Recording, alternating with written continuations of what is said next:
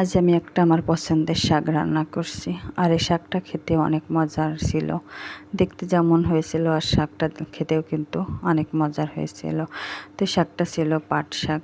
তো পাট শাকটা বাজার থেকে সকালবেলা আমার কিনে আনা হয়েছিল। তো কিনে এনে তারপরে আমি সেটা গাছ থেকে ছাড়িয়ে নিয়ে এসেছিলাম। আর এই গাছগুলো ছিল অনেক ছোট ছোট, আর গাছ ধরে কিনে আনা হয়েছিল। আর গাছ থেকেই পাতাগুলো আমি নিয়ে নিয়েছিলাম। আর এগুলো ছিঁড়ে ছিঁড়ে নিয়েই আমি এটা ভালো করে ধুয়ে নিয়েছিলাম। আর এর ভিতরে অনেক বালু ছিল, যার জন্য কয়েকবার ভালো করেই শাকটাকে ধুয়ে নিয়েছিলাম। তবে আমাদের গ্রামের যে পাট শাকগুলো গাছগুলো হয় সেগুলো কিন্তু অনেক বড় হয়, আর পাতাগুলো অনেক বড় হয়। আর সেগুলোই আমার কাছে মনে হয় বেশি খেতে ভালো লাগে। আর এটা ছিল ছোট ছোট পাতা, জালি পাতা ছিল, যার কারণে একটু ভিজলা ভিজলা ধরনের ছিল।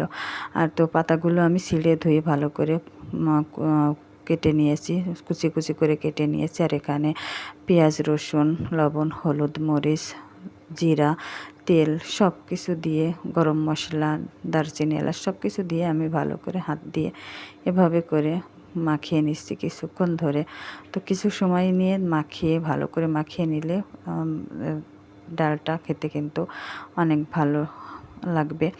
আর এই শাকটা তো ডাল দিয়ে রান্না করবো, এর জন্য ডাল তো অবশ্যই লাগবে। তো ডালটা আমি ভালো করে মাখিয়ে চুলায় দিয়ে দিয়েছি। আর যখন অল্প অল্প পানি ছিল, সে অল্প পানি, ডালের ভিতরে অল্প পানি থাকা অবস্থায় আমি তারপরে পাট শাক যে কুচি করে রেখেছিলাম এটা দিয়ে দিয়েছি। আর এটা কুচি করার আগে অবশ্যই শাকটা ধুয়ে নিতে হবে, কুচি করার পরে কিন্তু ধোয়া যাবে না।